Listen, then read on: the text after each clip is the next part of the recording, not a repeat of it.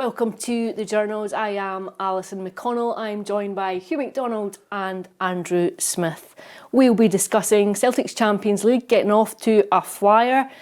And are there too many games in the football calendar, as Rodri has suggested? And it's official, Scotland loves its football according to the latest UEFA figures. Just a few of the topics we'll be chatting about today, but first up, Celtic and all things Champions League. Andrew, you had suggested last week that this was a game that Celtic had to win. They did that and a bit more. Yep.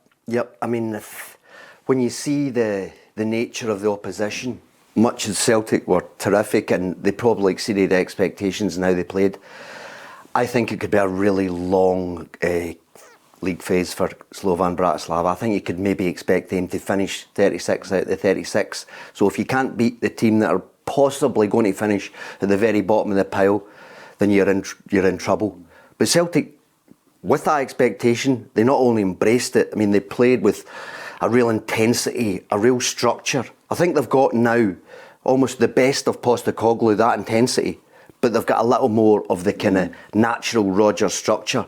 And it's a really potent mix, and I think you saw that with scoring 5 goals the Celtic never have, winning the first night of a Champions League campaign. This is all huge. That's the thing. I mean, you're thinking that the first win in 13 Champions League opening games, the biggest ever win in the group stage for a Celtic team. Just what does that do, Hugh, when it comes to setting a tone now for this campaign? Everything. It was really hugely important. The next 2 games are in Dortmund and Bergamo, so they had to go there with some kind of wind in their sails. They had to go there with, 3 points. By any manner of means, they're going with 3 points and extreme confidence. But if you looked at the performances as well, there was so many good points to it. When I go to games, I know you sometimes do this as well, Andrew. Yeah. You just look at one player. You just say, So I decided I'm going to look at Engels for the night. And Engels was astonishing last night. I mean, not just players can have good games, but it was obvious that Engels, what's the word for it? He expected to have a good game. There was a confidence about him. There's an assurance about his body language. Remember he went over for a corner at one point and the fans all went up at the head and he was going, give it to me, I'm taking this on. Also his corners were good. Well, the corner was astonishing with the pace on it for Scales' goal. So I think there was a lot. And the other thing as well, is that we might discuss as well briefly, is that Brendan Rodgers talked about we need quality in the team, need quality. For all his signings in the summer, he only started 2. Yeah. Engels, who was outstanding, and the goalkeeper, who is a massive upgrade. And the goalkeeper is a massive upgrade just in the small things. There was one moment yesterday, one moment where he pinged that very short pass to Cal McGregor, where normally you'd have been going, my goodness, but I would do it like that. And the other one where he chipped it out, and you went, so, his distribution is very, very good. Engels looks every inch the £11 million player. He's one of those players who purrs.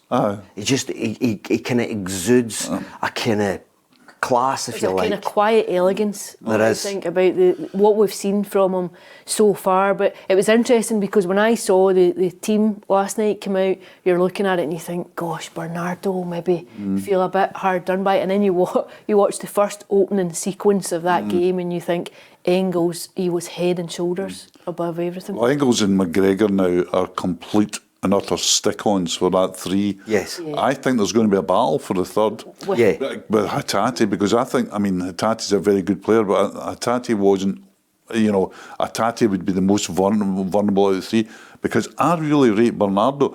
I mean, people go on about, he's not this and that. He is the captain of Portugal under-21s. That's a good pedigree, if you imagine what Portugal are like. And any time he comes into the team, he's aggressive. When he came on last night, he was aggressive as well in the press.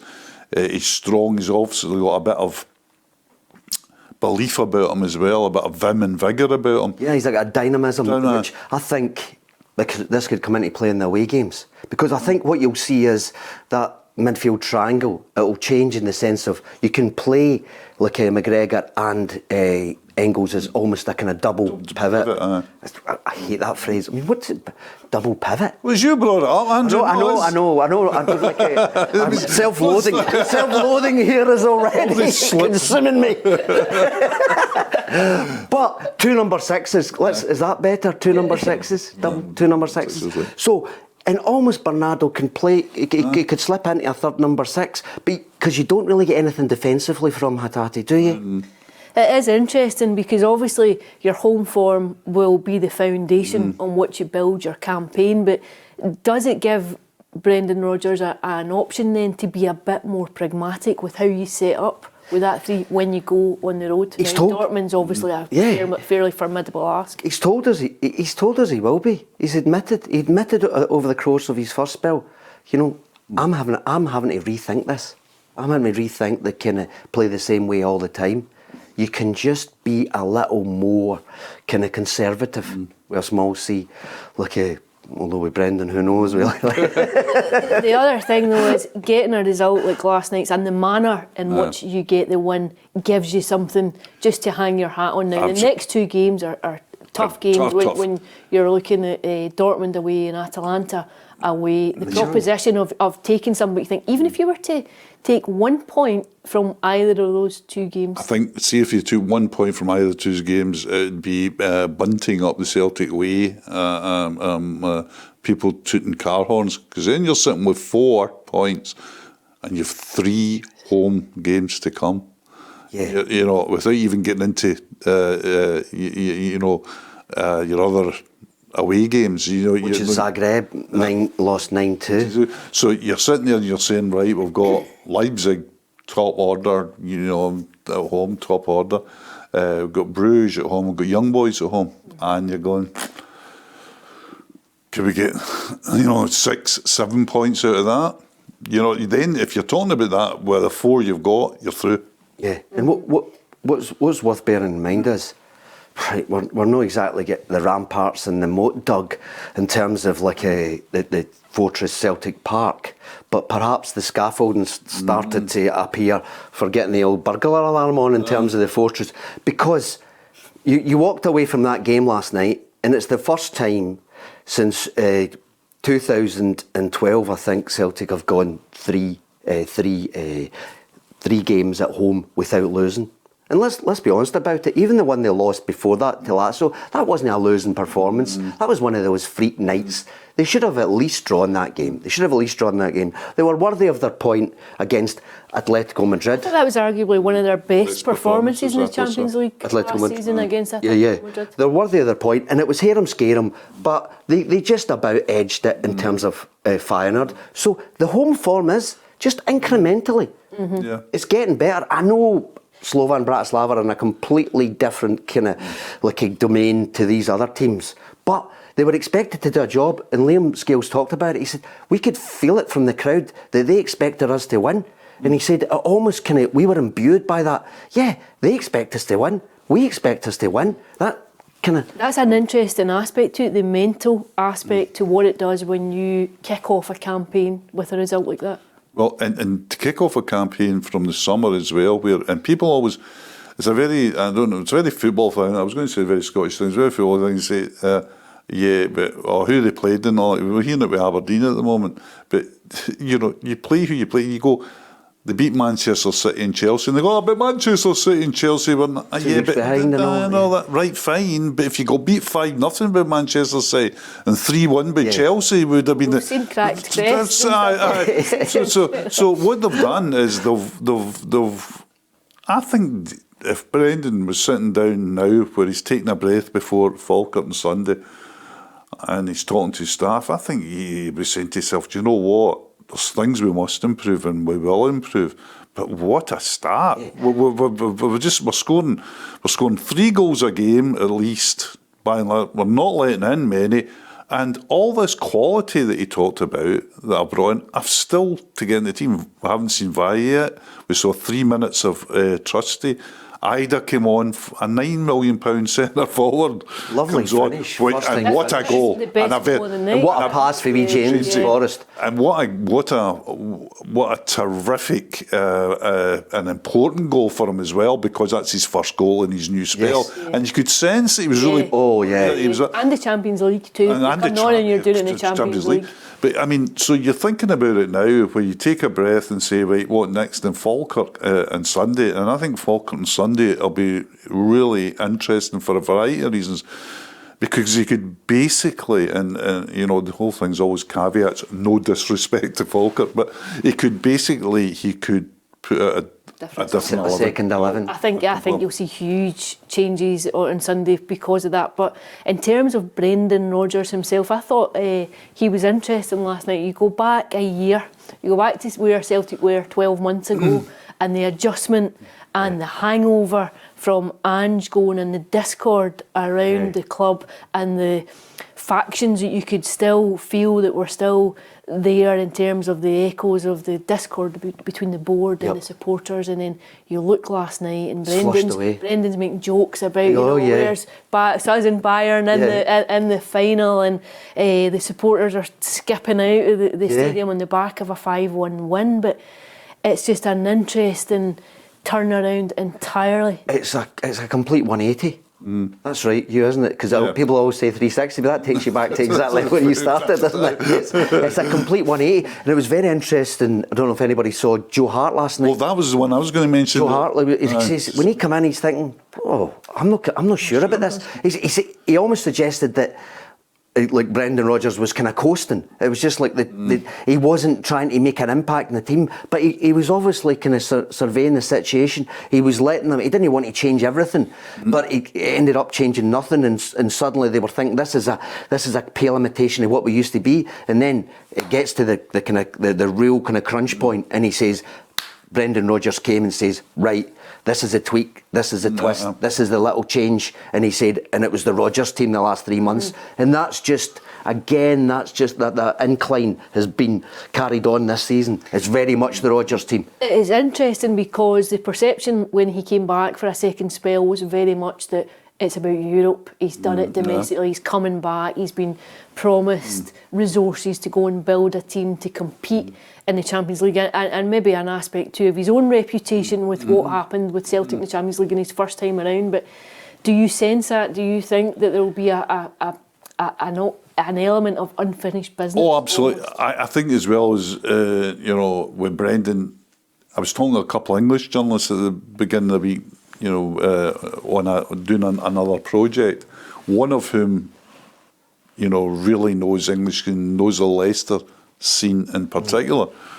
And he was saying, for many reasons, he thought coming back to Glasgow was almost rehab for Rodgers after the bruising at Leicester, losing the job at Leicester. And people forget how well he did initially, but how it ended was very, very messy, and he'd be hurt by that. So I think there was an element of Brendan coming back to Scotland, because we all thought, I actually said in the show, I said, I do not know why he's come back. I don't know why he's come back. And it's become clearer why he's come back, because he's obviously been made extraordinary promises by the board. You've got to remember, like, people talk about, Santa getting booed and all that. We don't even have to go back to that. Go back to the last 2 days of the transfer window. There were Celtic fans going demented. We've not signed anybody. How are we going to start the season? Needed the board. And by the way, Brendan was not helping matters with his conversation. And then it's football. You fast forward it very, very slightly. You don't fast forward going zzz, finger in the butt, go zoop, and suddenly everything in the gardens. It actually was. The transfer window closing on the Friday, beating Rangers and that's on the Sunday. And I think the interesting thing I think about it will be, because I've had, I wouldn't say fallouts, but I've disagreements with Rodgers on many things, and there's things about Brendan Rodgers that, are antithetical to me. That I don't. But one thing I've never done, he's an elite coach. This guy was that away from winning a league with Liverpool. He won an FA Cup. He took Leicester, team that subsequently relegated to 5th and 6th place in the league. His career at Celtic first round was almost, talk about invincible, it was almost infallible. He was he won everything. So and you can see how good the coach is. If you're at the game yesterday, and Brendan will tell you how good a coach is as well, which is helpful. Because I always love watching these press conferences, and it's I'm being mischievous here, but it's so true that he gives his press conference and says, well, somebody said, first half you're this, that, and next thing. And the second half, he's keen to praise his players, but he's also keen to tell you that we made some tweaks, we were doing this, positionally, we told them this. And by the way, good on him, because he did.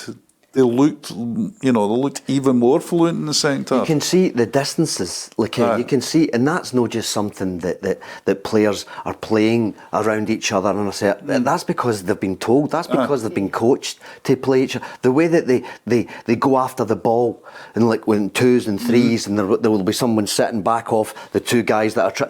All these things are coaching. Did you feel as though it was a mature European performance last night? It was like high pressing. There was a bit of patience. The first half.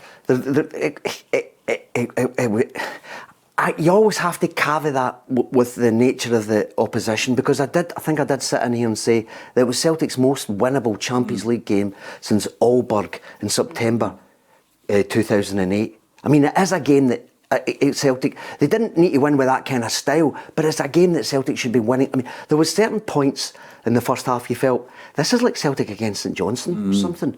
I mean, Hearts... Very dominant. Because Hearts were more stuffier for them to try and break down than... There will be more formidable challenges of that, there is no question, as this campaign goes on, but did you see elements in the performance last night that you would think there's an issue that you're going to have to address? If you want to go and qualify now for the knockout stages, where are the areas that need improvement, that need to be better? 2 things that I saw. On the positive side, I saw... as Andrew said, I saw a team that was really well coached. I mean, it's as simple as that. I mean, we can park the Bratislava to one side. This was a team that was really coached, knew what it was doing. There was spectacular performance. I mean, I actually think Engels was spectacular, right? I think that's how good he was last night. I just thought, I watched them all game and I went, oh my goodness, if he's here for a year, there'll be next transfer window, if this is what he's like, people will be clamouring for him. So I think you look at that, but you also look at yourself and say, well, where are the downsides? And there's downsides.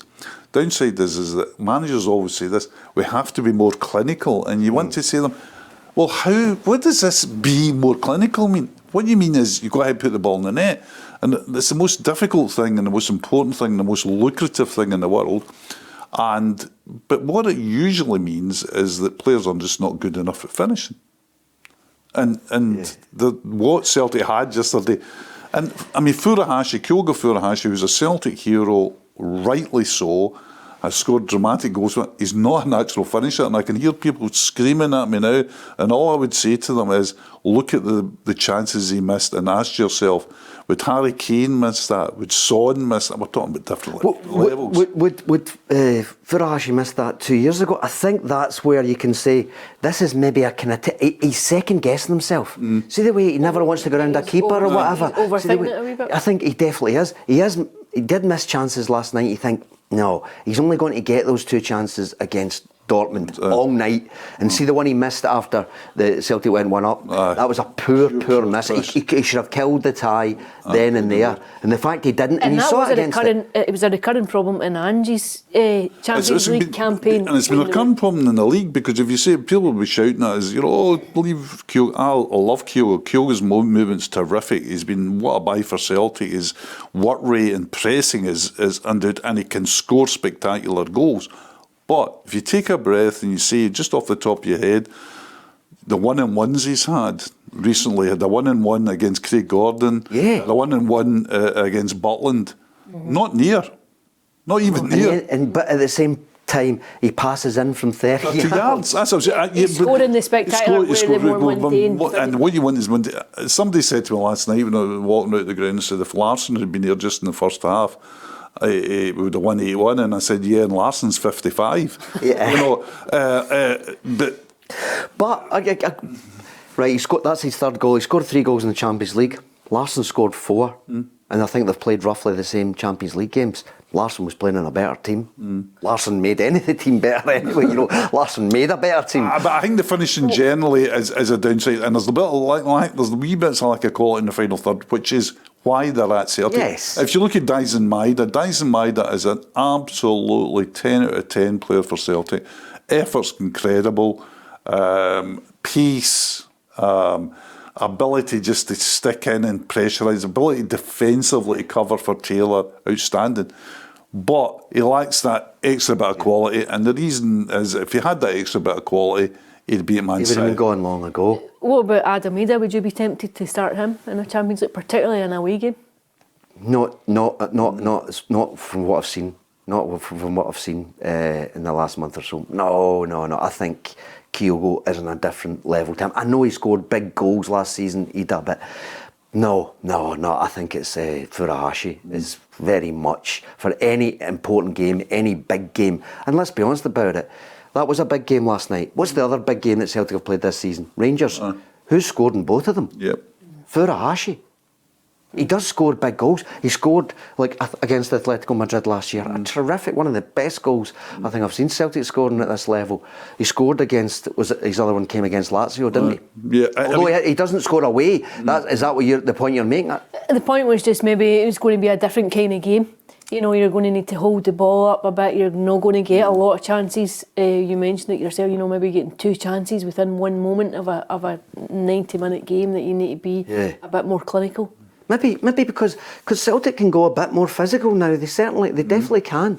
That's what he wanted. He talked about it, and I think Engels can take care of himself. Engels is a big lad. He's an athletic. He can take care of himself. The other problem. Bernardo, you think they didn't? There's 3 players. Lens of physicality. They didn't have even a. Defensively, is there still a question mark? I think so. I think there has to be. I mean, because Bratislava had opportunities last night, and Vladimir Rise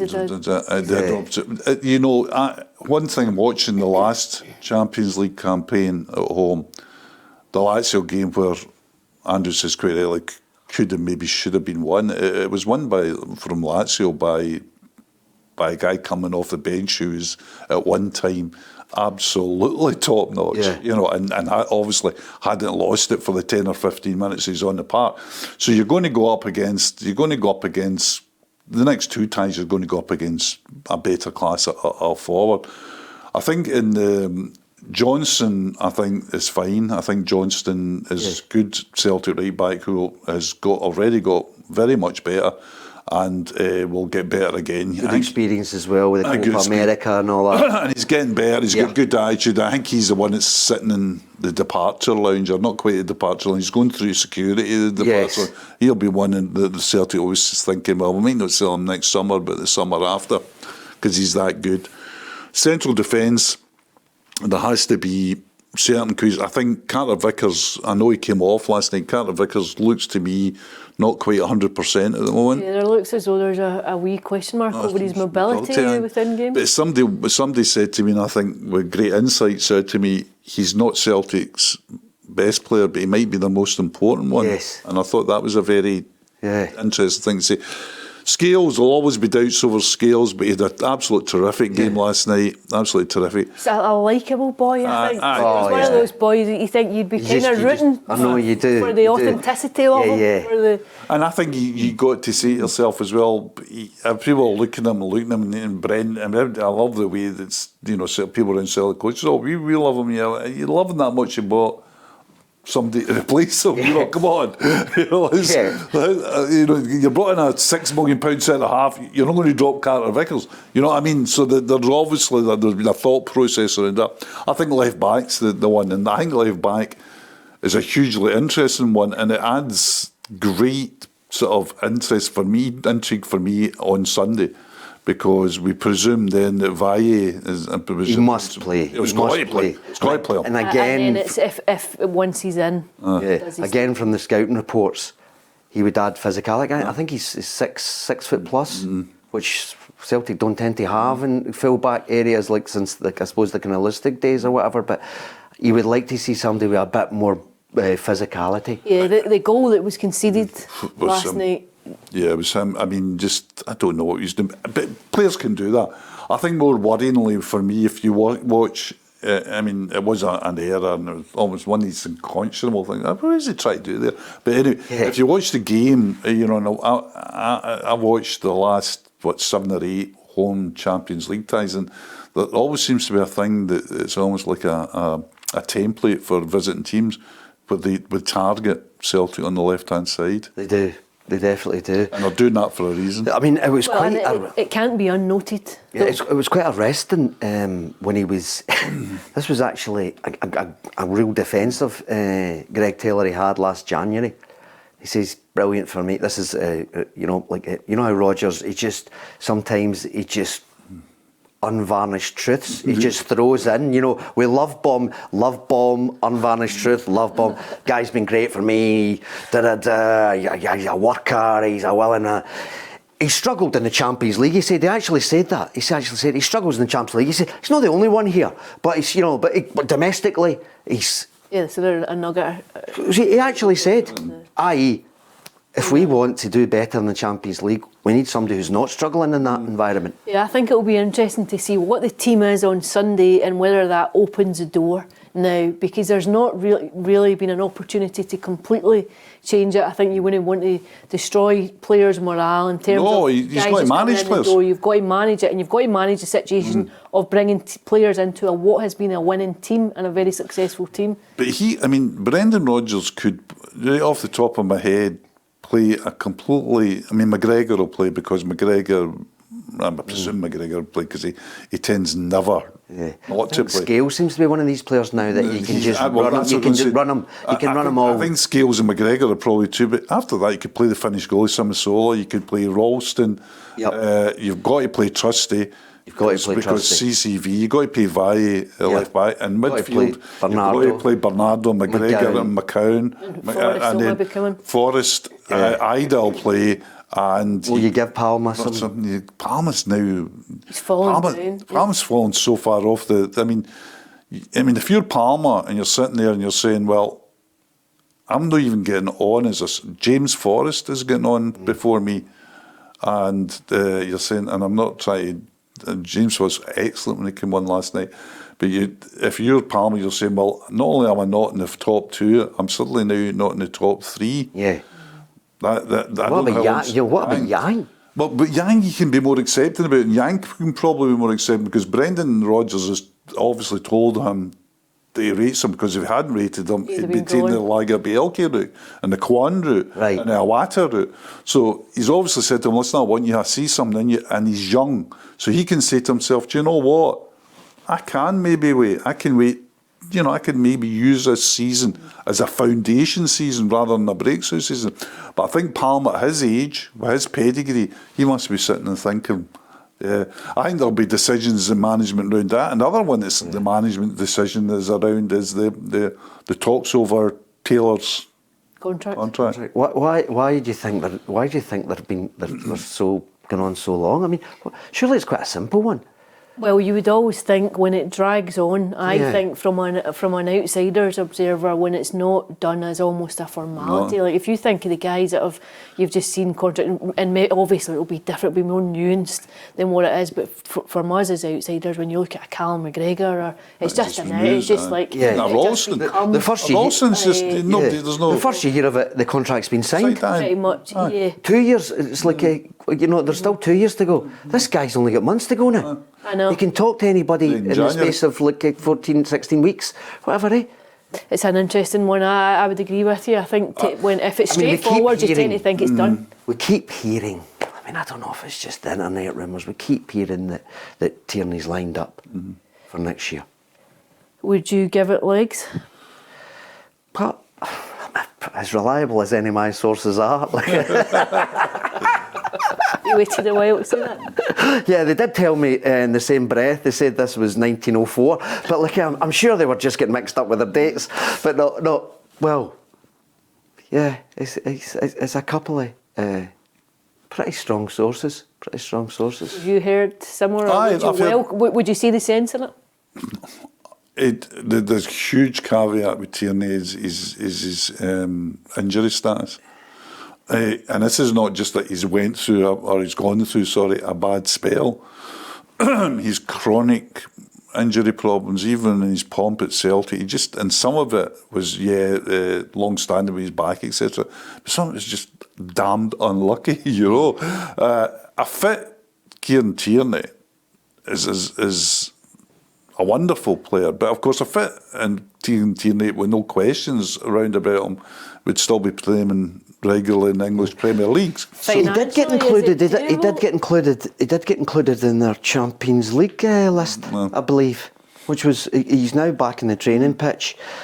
So, and I also heard that, that when it comes to next summer, he's got 1 year. I think he's got 1 year left. He's got 1 year left. So they're not actually going to accrue a great return on him. It becomes that element becomes within Celtic's ballpark, and then it's up to him. What does he decide? Now, I would imagine, what will he be, 28 then or whatever? I was trying to think, I think he's 26, 27. Right, so say if he's 27, he knows where his career's going. He knows he's no... I mean, he didn't play that much for Sociedad. I know he had injuries again, but where's he going to... In terms of just your general kind of like satisfaction in life, he's a rich boy. He'll never have to worry about where his next like expensive car's coming from. It's not his next meal, his next expensive car. 27, so he'll be 28. He'll be 28. You're thinking, is that almost your peak years? It's his peak. Is it going to be spent in Scottish football when you've won everything? Well, where else is it going to be spent? He's done the Arsenal thing. He's played in La Liga. He's played in La Liga. So what's he going to do? Where's he going to go? He's not going to get a top six in England. No. So is he going to play for Wolves? Is Wolves... So he makes twice as much money playing for Wolves as playing for Celtic? Is that really going to derive him the same level of satisfaction? The Rodgers thing's interesting as well, because you could see if Rodgers keeps making this convincing case that, that we're not just about domestic dominance, we're about European competitiveness, and that things might change, and we're going to talk about this a bit in European Super League fashion, that things might change geographically and geopolitically. Come aboard.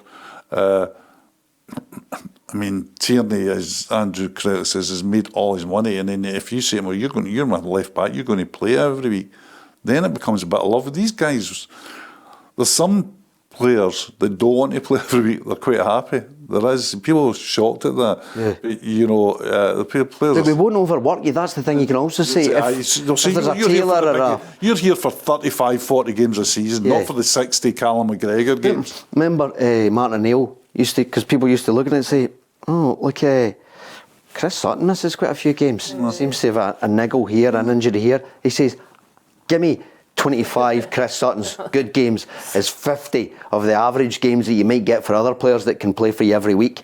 But that's immense amount of truth in that. This way that Celtic have built up this squad at the moment, that'll be interesting going forward. The whole season will be, and I don't think Brendan Rodgers quite really is a manager that's too bothered about players falling out of him or anything like that. He's very much the coach. He's made it clear. He said to people, he said in press conference, Holmes doesn't work hard enough. Quan's got to go. Greg Taylor doesn't play. He struggles in the Champions League. That was the actual phrase. Furuhashi doesn't score enough goals. It's not my fault. It's his fault. He's not scoring. I mean, he's not one to shy away from the truth. Yeah. So, but what they've got now is they've got. As I say, against Falkirk on Sunday, you could drop everybody and you'd have a very strong team. Everybody. He won't drop everybody. He'll definitely, the Scales and McGregor are most likely. Schmeichel might say to himself, by the way, no, I do want to start. I want to keep integrating. But he could, in theory, just say, it's a brand new 11. The interesting thing about Callum McGregor and the numbers that he routinely clocks up, like season after season, and a bit like James Forrest in times gone by, are thinking like easily 60 games a season or so. Now it might come down slightly when he's fallen out now from the Scotland squad in terms of Cal McGregor. It's a lot of games, and it just brings me to the point. Rodri this week was saying that there's too much football, too many games. I think Alison had said the same in the eve of Liverpool's game against Milan. You know, no one comes and asks the players here, are we in danger, do you think, of too much football? Absolutely. And I think we're more in danger. I think we're now deep in the waters of putting too heavy a load in players. And I think part of it is missed because of, and I think Brendan Rodgers again made the real excellent point the other day there about it. Everybody kind of argues, I could play, if I was getting 70 grand a week, I could play 7 games. Yeah, as a Wayne, I played 7 days a week, 12 hours a day. But my quality wasn't quite what Rodri would demand, you know. Only when it got to about Thursday at 9:30 at night, you know. Thursday up the Glen. When the dusk was coming, I couldn't pick out my 30-yard pass. The whole thing basically is about player welfare and quality. That's what it's about. Player welfare, the way these guys train, work and play now, they're on the edge all the time. They are on the edge. You can't push them to the edge all the time or you're going to get long-term chronic injuries. And plus, you are going to affect quality. It's not if you've got a squad of 25 players and can interchange them, etc., etc. The way Brendan to a lesser level can do that this weekend. But you can't, any sport would say, it's like, they wouldn't say to Laura Muir, if you were running, say to Laura Muir, right, you've got to run the equivalent of the Olympics every week or twice a week. I would say, I used to run about the scheme of it. Aye. We're talking about a different thing here. But then the European Club Association, sorry, on you go. The European Club Association have already raised this because the bomb that's coming is next summer with the World Cup, which is so. What they used to say was it was bad enough that it was you only had to wait every second year for the players to get a full summer rest. Now that's gone. It's almost there's a relentlessness of it. I looked at the kind of stats and it was from the early 80s. And it was Celtic came back something like this year. Even the guys who weren't involved in Scotland, that was even worse for them. But the guys who weren't involved in the Euros, they come back something like it was 30 odd days after they'd split after the Scottish Cup final. But whereas when you looked at it 30 years ago. It was the guts of 3 months. Yeah, it was the guts of 3 months. But also coming back like 3 Peter Grant used to say about how you had to take bin bags to yourself. You're running because you're trying to sweat out the Magaluf kind of lads weekend. But it almost is. This week I thought was interesting when you see the Champions League taking precedence on Tuesday night, Wednesday night and Thursday night. All other European competitions are all consigned. This is a showpiece. It's almost like your first nudge towards this European Super League. But is there a point of saturation? One, in terms of the players now. This is the very first rumblings you've heard of, hang on a minute, we think we're under too much pressure. I mean, talk about players possibly going on strike. Also too, as a consumer and as a viewer, is there a point where you think it loses its allure when there's too much of it? You would think, and in general terms, you think it loses its allure. In general terms, you think, until in personal terms it doesn't. Because if you go to any Celtic fan this morning and said, this Champions League is a bit I'm not that sure about it. There's too many games now. They're over the head with it. So I think there is a danger of oversaturation and a lack of. But you've got to look at the politics behind it, because football basically now is one of the most. It's a political entity. It's one of the most important forces in the world in terms of cash revenue, in terms of broadcasting, in terms of press coverage. It's just amazing.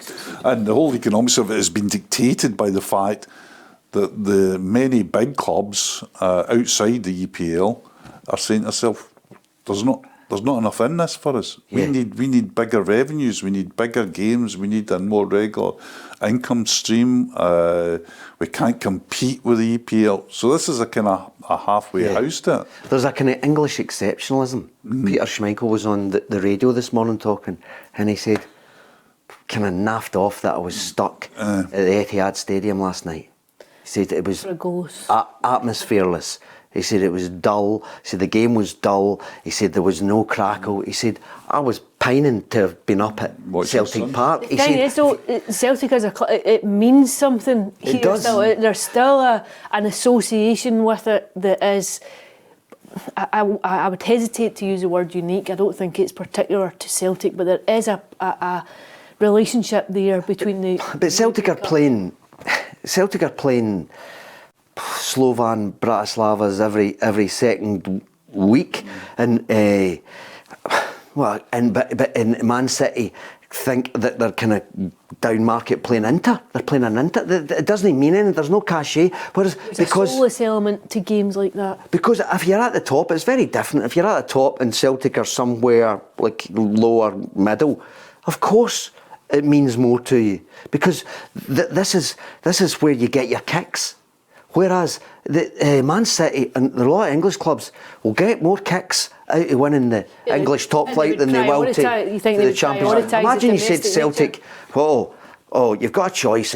Yeah, you can win 10 titles or you can win the Champions League. And go, forget the 10 titles. For all we go on about it, forget the 10 titles. We'll win the Champions League. Look, imagine you said to Man City, you can win the next 10 English titles. That comes down to economics too. Like what the price for winning the English Premier League and it also is comes down to something that's basic and almost inexplicable in football, and that is the culture of football.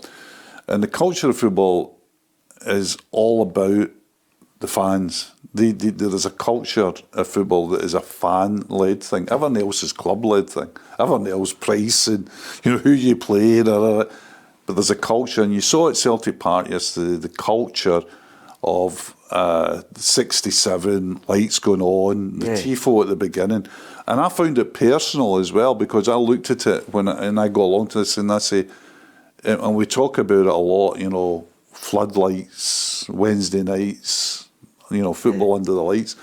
And for goal, pal. It really is cultural, isn't it? Because you go to yourself. Yeah. I mean, I'm sitting there last night and I'm going, I've watched football in this stadium in 8 different decades. 8 different decades. Right. I've watched European football definitely in 7 different decades. So you're sitting there and everyone's coming back to you. Everyone's going, goodness. Yeah. Now, and I'm not want to get dewy-eyed over that, but it is very important. The people were talking about it was important to people around me that were talking. And it's passed down generations, and it's part 2 seasons ago. There is a kind of sense of community that not all clubs have. Well, I was going to say Manchester City 2 seasons ago went down there with Dortmund. Man City versus Dortmund. And seats to be had. To get in was 35 quid for a kick-up. It was 60 quid last night for me, so it was 35 quid for this area. And there was gaps around the ground.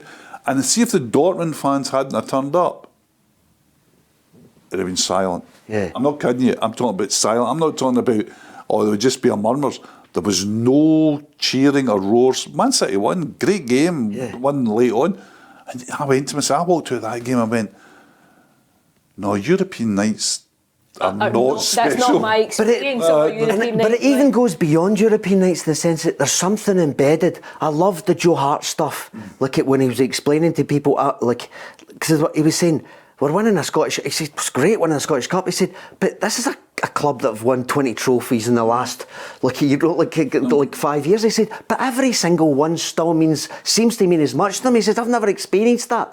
It's something about deep within your being. It's the same with Rangers, in the same way people who really love their clubs. I don't just mean this as a kind of Glasgow thing or anything like that. If you really love your club, there's something deeply embedded. But there's a touristy support element that's within the English game. There's a lot of people that go to see them. Attract superstars when you have all these big name players. I think you get that. Yeah, but there's no what happens to, and there's plenty of Man City fans were there right for the third. Watch Gillingham away. Yeah. Plenty of them. But there's also these elements, these tourist elements that attach themselves to the English clubs. It's like watching American sport. My cousin was over for Canada last Saturday, and I says, pretty poor game, that Hearts game. He said, no. He said, I go to see the Blue Jays and I go to see the Vancouver Whitecaps. He says, and people are there for the hot dog and they're there for. He said, it's almost like the game's over there. He said, I couldn't believe it. He said, it was a game you were always going to win. He said, but every single second seemed to matter to people. He said they were engaged throughout, and that level of engagement is different. It's a truth universally acknowledged that if you sit in the seat, you must have a list. So we're going to have a look at the top 5 Champions League goals. Hugh, kick us off. Top 5 Champions League goals. I can go back right to the beginning of the goals. I was actually thinking there's some good goals in the 1960 Real Madrid v Eintracht Frankfurt. Do your top 5 from that game. I could do that exactly. That'd make it quite easy. The last 5. I just pick any ones for the last 5. Take Di Stefano, and I think Di Stefano and Puskas together would take us over the 5. But anyway. I think obviously there's spectacular ones that come to mind would be right away Zidane at Hampden. Yes. Such as Zidane. It was great to be there. Yeah. It was great to be there. That's one of the. I was working at that. Yeah, that's one of the. I was actually, of course, sitting in the office, actually doing a pull out in Spanish, which had its own challenges. We actually did a pull out in Spanish, the Herald, that day. I ended up making up like. I don't know where they done it. After it, because there was loads of Spanish fans, it was a very good night. Let's think Bale, Dalglish against Bruges. Yes. The wee chip. I'm thinking Cruyff against Juventus as well, going back a wee while ago, because Cruyff is. I'm just trying to get big names of it. I think Gemmell in the final Inter Milan. Not only the first sign of a great blockbuster 30-yard goal, but the first sign of real attacking fullbacks being used. Yep. The overlapping fullback coming into their own. It's something that's stayed with the game. Is that 5 or what I'm up to anyway? Oh, you're maybe beyond 5. Beyond 5. What he said. Because how am I going to go beyond that unless you can? Gareth Bale again. Gareth Bale. That was. They was actually showing that last night. Because I don't know if I'm allowed to talk about rivals, but look at the BBC thing. It's good to have. If you've only got terrestrial television, it was good to have those highlights last night. The Messi in the semi-final against Real Messi in the Madrid. semi-final. I think they actually showed that one. They showed the Bale one. I mean, that's one of those kind of ergonomic kind of impossibilities, the Bale one, but I must say, when I seen it again last night. The best British player ever to play abroad? He kind of blew it. Next week's top 5. Here's a goal I had forgotten about as well, was when I talked about Iniesta against Chelsea. There was in the heyday of newspapers, they sent me down for 2 European semi-finals in London in the same week. And it was Barcelona versus Chelsea. Oh, yeah. And it was Arsenal versus Manchester United, and Manchester United's ceiling goal, the third goal, is an absolute belter, where it was a breakaway, and it ended up really Rooney and Ronaldo combined for a devastating finish. And I was sitting in that beautiful stadium, and it was one of those, when it broke away, I would have went, and the execution of everybody in that move, the position of everyone, and the pace, and the way you just knew they were going to find a way to score. That was a great goal. In terms of what we're talking about in the riches of the Champions League, and I think Celtic would have banked an extra £2 million on top of everything last night for that win. So you look at Rangers now, you're going into a Europa League campaign next week. Hearts will go into a Conference League campaign. You're maybe going to need to make up a bit of ground financially, but right now when you think of investment, Rangers and everyone out with in Scottish football out with Celtic must just be looking at these accounts and where they are and thinking, my God, the chasm between Celtic and everyone else financially is substantial.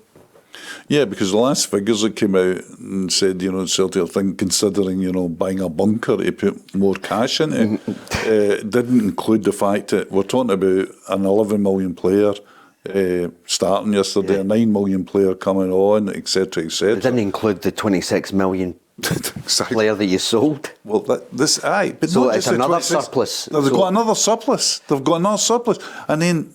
I think we were working out last night, among some friends, Celtic Underground friends, that Celtic's next set of accounts will be probably about 10 or 11 million better than these set of accounts. So Celtic's next when set... it factors in all... Yeah, when it factors in all those... Unless they go on a spending spree in January, I think we can rule that one out. So you're looking at Celtic's next set of accounts will be in the region of 135, 140 million.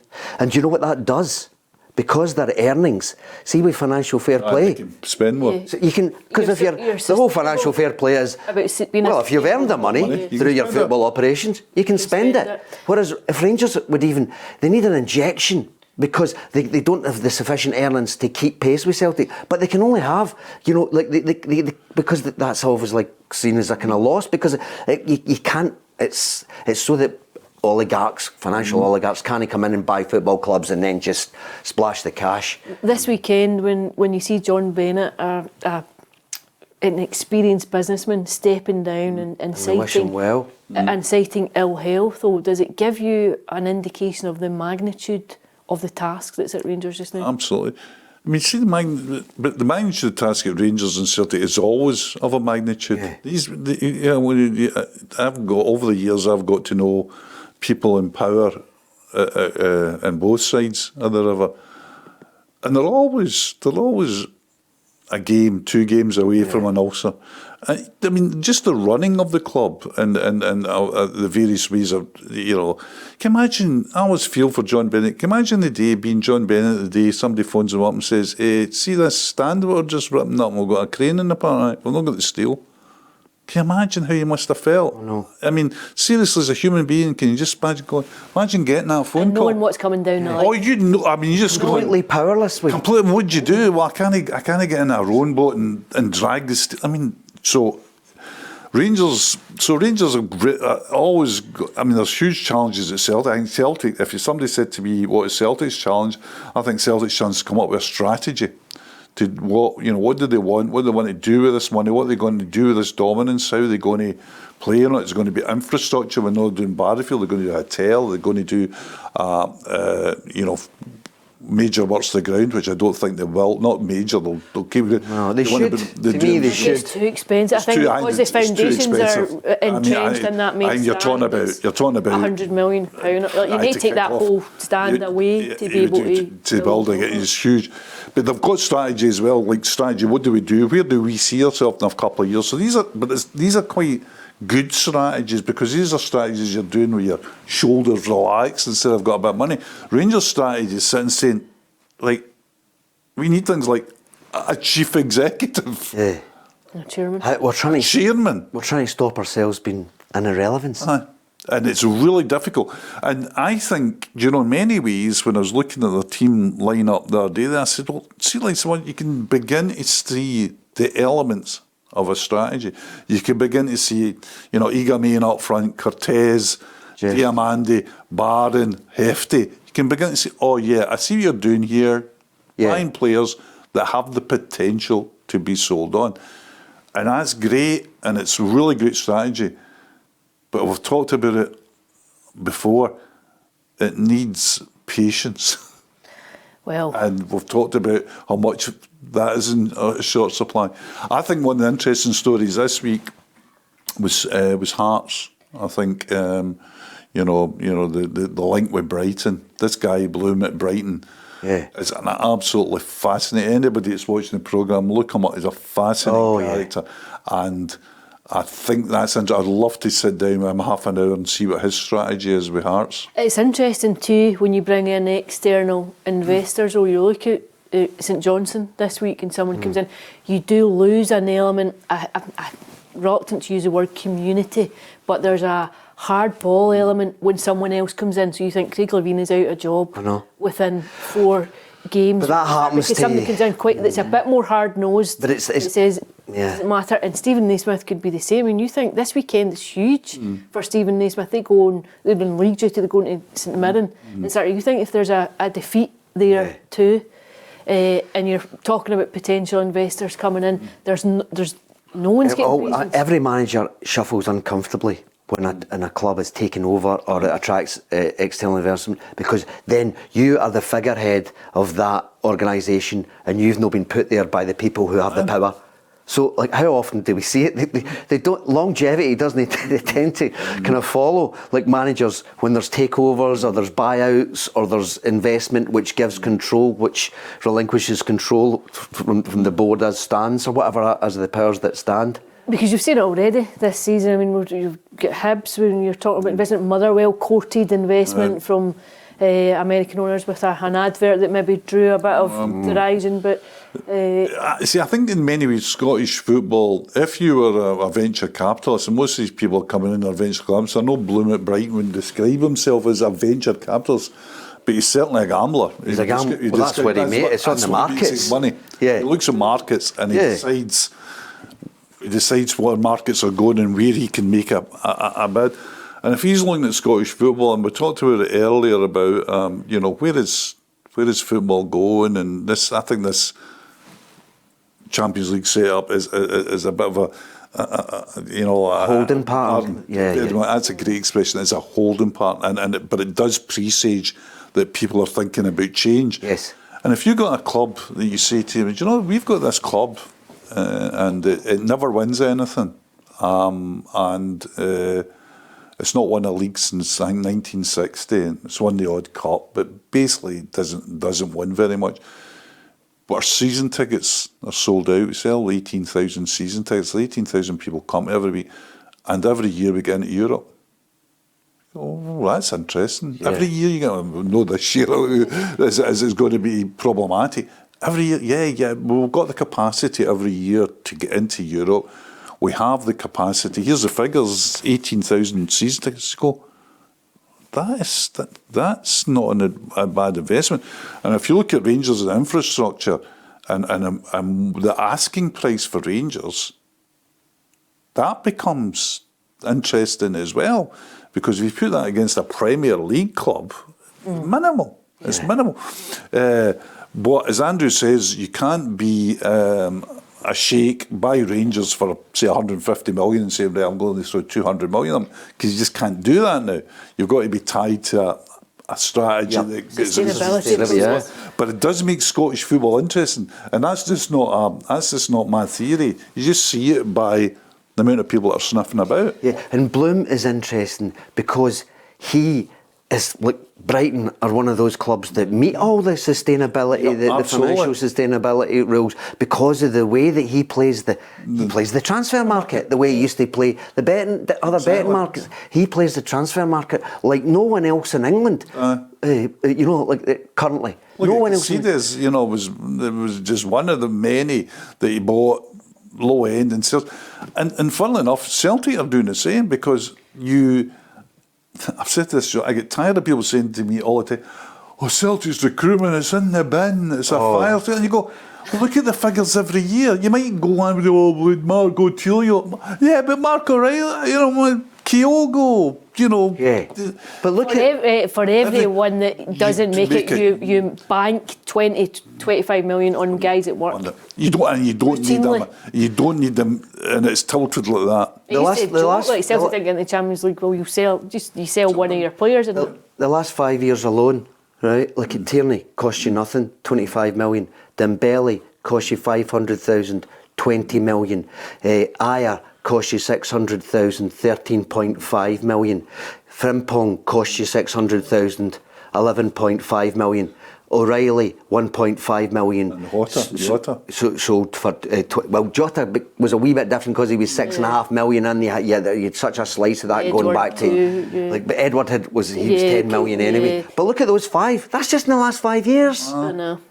But another selling point, of course, for any Scottish club is the fact that Scotland recorded significantly higher top flight attendances than any other European league, according to a new UEFA report. So per capita, Scotland attracts more people per head than anywhere. 18 per thousand. 18.36, your arms in or something. Oh, right. And that's only the top level. And it's quite a considerable difference because... No, I think of that, does that cut across the whole 4 divisions? Because I call that the top level. Sorry. Because the point I'm trying to make is... there's all the junior and I go to a junior... my job now on a Saturday is to go to lower league football. I was at Kirkintilloch Rob Roy. There was 1,000 people there. Right. 1,000 people. You go to... I mean, it was the first game in their new stadium. But I noticed the other day there was 500 people there. Right. That's Kirkintilloch Rob Roy. Yeah. I mean, that's not like even Lowland League. I mean, there's hundreds and hundreds and hundreds of people turning out for football in Scotland, all over Scotland. Astonishing. It's embedded in our culture. Football is our cultural centrepiece. Our cultural centrepiece is football. But I mean, I do always kind of get a bit sniffy about this that Neil Doncaster waits for this report coming out every year. You know what I mean? It's like Santa coming down the chimney. Get the press release ready. It's coming. But because I also crunch the numbers because I'm a sad bam. And it's like in terms of countries where you take two teams out, it's like the most weighted in the sense that it was, the last time I checked, it was 67% of those supporters come out to watch 2 clubs, and you don't get that in other countries that only whatever, you can take 2 clubs out and that loses you 2/3. Substantially fall in terms of... Although what I noticed this year, I have to say, I'm almost counting against my own argument here, but the lower leagues, one of the lower leagues had moved right up in terms of the comparisons with other countries. So there was actually it's bubbling up, it's bubbling under. You get a sense that even lower league football's it's getting a wee bit more kind of cachet than it had maybe 10, 15 years ago. People are getting turned off a wee bit by some of this. Sometimes it's quite sanitised what you see coming from the Premier League. Yeah. Almost. I mean, you can go along to, you do what I do on a Saturday, you can go along to any game from Lowland League down through West of Scotland or East of Scotland, down to Tier 9 or whatever it is. And people will tell you all the time, I come here on a Saturday, particularly people of my age, it costs me £5 to get in, so I get my game of a pie and whatever, Bovril. It's a tenner and away back up the road, and I'm quite happy. And the social aspect of it is really important because the social clubs they get. The social clubs, they go and have a pint and that, and they meet. You go down to Halford on a Saturday, and guys will say, "Oh, this is what I do on a Saturday. Come in, watch the game, take up a pint, watch the Halford, and back up the road." On that note, that is all we've got time for, so thank you to Andrew, thanks to Hugh. Don't forget to hit the subscribe button on our YouTube channel and download our app. Thank you for watching and thank you for listening on our podcast.